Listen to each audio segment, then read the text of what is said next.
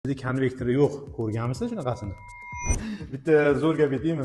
Tiplar to'g'risida gaplashamiz. Radiatorlarni hamma ustalar ko'proq mana shu tip 22 to'g'risida bilishadi. Oddiy markirovkada yozib qo'ygan PKKP, panel, konvektor, panel. Ya'ni panel deganda mana shu suv yuradigan joyi panel deyiladi. Mana panel, mana bu konvektor, yana bitta konvektor, panel. Chumoldiga eng ko'p ishlatiladigan mana shu tip 22. Sizlar bilarmidinglar, shuni 21 tipi bo'ladi. 10, 20, 30. Oddiyroq qilib sizlarga tushuntirib beraman. Qaranglar. Gigiyenik tip bor, ichida konvektori yo'q, ya'ni o'sha changlar yig'maydigan tipi. Mana 30 ni ko'rsatmasak, 30, 20 ni ko'rsatamiz. Shunda qarasak, ichida konvektori yo'q. Ko'rganmisiz shunaqasini? Mana shu ikkita paneldan iborat bo'lgani uchun bu tip 20. Osongina ko'rasizlar. Tip 30 da 3 ta panel bo'ladi, lekin ichida konvektori bo'lmaydi. Endi tip 10 bo'ladi, mana buni ham konvektori yo'q ichida, faqat panel bo'ladi. Bu odatda men ko'pincha o'shani davlatdan dachalarni topshirishganda mana shunaqa narsani ko'rganimda, tip 10 da.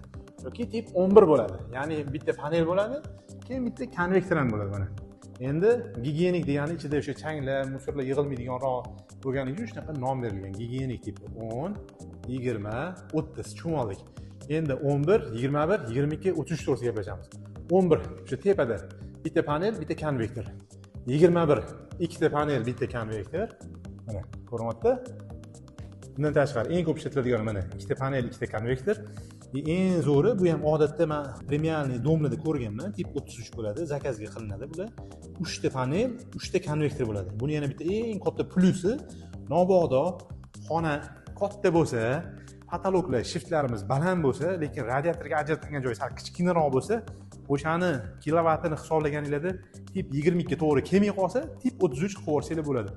Hermatech mana shu Farg'onada o'zimizni zavodda ishlab chiqarayotgan shu radiatorning eng katta plusi, hozir o'z zavodda o'zida ko'rsatamiz sizga.